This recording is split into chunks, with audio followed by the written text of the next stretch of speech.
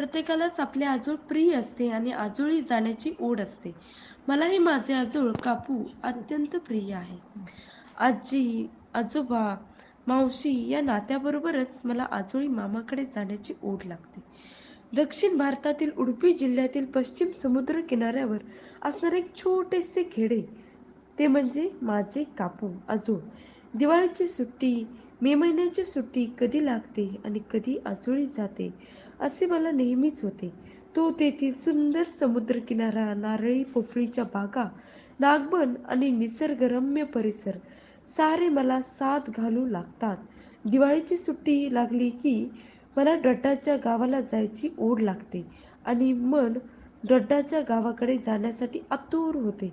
इस्लामपूर, कोल्हापूर, बेळगाव, धारवाड, हुबळी ओलांडले की यल्लापूर दांडेलीचे जंगल सुरू होते. कलगडगी मार्गे अंकोला कधी येते समजत नाही. सकाळी 5:30ला सुरू झालेला प्रवास आता दुपारचे 2:30 वाजलेले असतात. अजून संध्याकाळच्या 6 तास पर्यंत चालणारा हा प्रवास. पण प्रवासाचा अजिबात शिणवाटा वाटत नाही. कारण डड्डाकडे जायचे असते ना. तास 2 तासाला फोन करून चौकशी करणारे माझे डड्डा, आता कुठेपर्यंत आलात? शिस्तीत या. तिच्या पुन्हा पुन्हा दिल्या जाणाऱ्या सूचना, हळूहळू दमट हवामान, नासळीचा वास आणि नारळाच्या बागा रस्त्याच्या दुतर्फा दिसू लागतात आणि माझे आजोळ जवळ येऊ लागल्याची चाहूल लागते. अजूनही 250-300 किलोमीटर प्रवास बाकी असतो.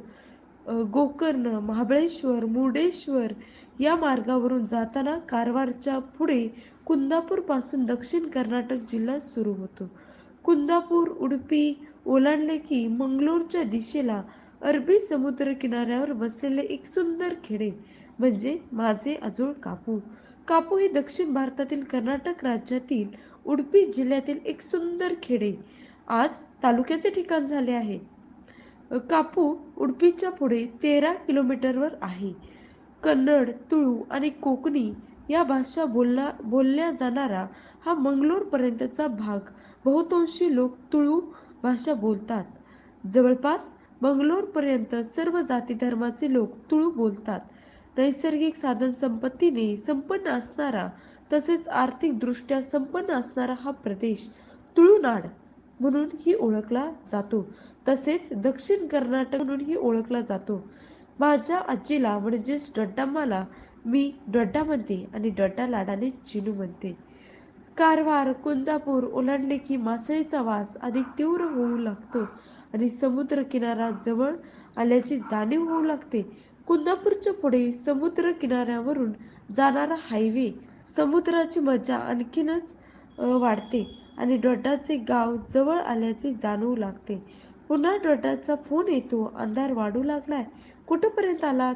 आणि 10-15 मिनिटातच गाडी डड्डाच्या अंगणात पोहोचते. डड्डाचे घर पण खूप सुंदर आहे. ऐसपैस असणारे घर, घरासमोरचे तुळशी वृंदावन, घराभोवतीची नारळाची बाग, सुंदर गुलाब फुलांची फुलबाग, भूतादेवाचे देऊळ, नागबन, छोटीशी विहीर, घराच्या मागचा तलाव आणि लांबपर्यंत पसरलेली भातशेती, लांबून ऐकू येणारी समुद्राची गाच, मधूनच ऐकू येणारी मोराची केकावली आणि जंगलातील पक्ष्यांचा आवाज सारेच कसे मन मोहून टाकणारे. डड्डाच्या घरी जरी दाक्षिणात्य खाणेपिणे असले तरी मला सारेच पदार्थ खूप आवडतात आणि माझ्या आवडीचे अनेक पदार्थ करून डड्डा मला अत्यंत मायेने खाऊ घालते. तिच्या हातची चव निराळीच. इडली, नीडोसा, उडीद डोसा, मुडे, कप्पारुट्टी, कोरीरुट्टी, गोलेभजी, सज्जिगे भजील, सार असे अनेक नारळ आणि तांदळाचे पदार्थ. कधी कधी सार भात. मला मात्र तिथला लाल उकडीचा तांदूळ भात खूपच आवडतो. आम्ही सुट्टीला आल्याची बातमी शेजारी पाजारी पोचते आणि मग सारे शेजारी पै पाहुणे आवर्जून भेटायला येतात आणि तुळू भाषेतून प्रश्नांची सरबती सुरू होते. यप्पा बैदिनी, कधी आलात? येत दिनारचे किती दिवस सुट्टी? तुळू गोत आपुदा तुळू समजते काय? इडे बला इकडे ये. नीना पुदारेना तुझे नाव काय आहे? उन्हा सांडा जेवण झालं काय? अशी काही वाक्य बोलायला मी परत येताना शिकून येते. पहिले 1-2 दिवस गटाच्या अवतीभोवती करण्यात, बागेत, शेतात फिरण्यात जातात. मग ओढ लागते कापू बीचला जाण्याची. सकाळी लवकर उठून फिरायला, शांत समुद्रकिनारी जाणे आणि सूर्योदयाच्या वेळी कोळी बांधवांची मासे परत घेऊन परत येण्याची लगबग पाहणे, यात एक वेगळाच आनंद आहे. पण मला मात्र मामा, मावशी आणि बच्चे कंपनी बरोबर संध्याकाळीच बीचला जायला आवडते. आमची आमची बीचला जाण्याची आवरावर सुरू झाली की घरातील वडीलधारी मंडळी सूचना देऊ लागतात. पाण्यात उतरायचे नाही. मग कोणतरी म्हणतं, उतरलात तर खोलवर जायचे नाही. आणि इतक्या डड्डाचा आवाज येतो, ऐकू येतो. लहान मुलांचे हात सोडू नका. अंधार पडायला सुरुवात झाली की घरी परत या. बीचला निघण्यापूर्वी आम्ही सारेच कबूल केलेलो असायचो. पण एकदा का बीचला पोहोचलो, प्रत्येक लाटेबरोबर सूचना विसरून जायच्या. समुद्र पाण्यात खेळण्याचा, लाटा चुकवत भिजण्याचा आनंद काही वेगळाच. सकाळ संध्याकाळ समुद्रावर जाण्याची ओढ लागते. कापू बीच एक नितांत सुंदर असा बीच आहे आणि या समुद्रकिनाऱ्यावर पाण्यात पाय घट्ट रोवून उभा असणारा हा दीपस्तंभ इंग्रज काळात बांधलेला आहे. जवळपास आता 130 फूट उंच असणारा 100 वर्षापूर्वी बांधलेला आणि केरोसिनवर चालणारा हा दीपस्तंभ पर्यटकांच्या गर्दीने फुलून गेलेला असतो. या गर्दीत हा दीपस्तंभ मात्र मला खूपच धीरगंभीर वाटतो. साऱ्या भारतातून अनेक पर्यटक येथे येतात. स्वच्छ सुंदर किनाऱ्याची आणि दीपस्तंभाची भव्यता पाहायला येतात. याच्या सर्वात उंचावरच्या मजल्यावर जाऊन चौफेर पसरलेले निळेभोर पाणी आणि उंचच उंच लाटांची किनारी झेपावण्याची ओढ पाहणे. आजूबाजूची नारळी पोफळीची गर्दी अनुभवताना डोळे गरगरायला लागतात. हा दीपस्तंभ दुपारी 4 ते 6 दररोज पर्यटकांसाठी खुला असतो. गोल गोल फिरत पायऱ्या चढत संपूर्ण वर चढून आजूबाजूचा परिसर पाहताना डोळ्याचे पाणी फिटते.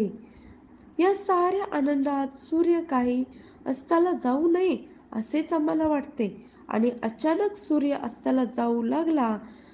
खडकातून खेकडे बाहेर पडू लागतात आणि दट्टाची सक्त ताकीद असते आणि पाय घरी वळू लागतात.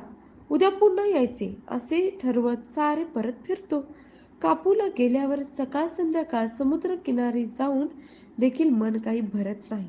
दुसऱ्या दिवशी दड्डाचे देवाला जाऊन या म्हणून सांगणे सुरू होते. मग कापू मारिगुडी देवस्थान, जरांदर देवस्थान, वसुदेव देवस्थान, उच्चिला महालक्ष्मी स्थान, उडपी मठ असे 1-2 दिवस जातात. उडपी मठात जायचे आणि तेथील श्रीकृष्णाची मूर्ती मन भरून पाहायचे. कधी कापू पेंटेत बाजारपेठेत जायचे. मच्छी बाजारात जाऊन माशांचे प्रकार आणि सुहस्य वदनी कोळींना त्यांचे माशाचे व्यवहार, त्यांचे बोलणे ऐकण्याचे सारेच मला आवडते. मग कधी कोणाचे लग्न असेल तर आवर्जून उपस्थित राहायचे. पाहुणे नातेवाईकांची गाठीभेटी घ्यायच्या. कधी कोला तर कधी तंबिला, कधी नागपूजा असे करत परत फिरण्याची दिवस उजाडतो. दड्डाची आम्हाला काही बाही बांधून देण्याची, नारळाचे पोते भरण्याची गडबड सुरू होती.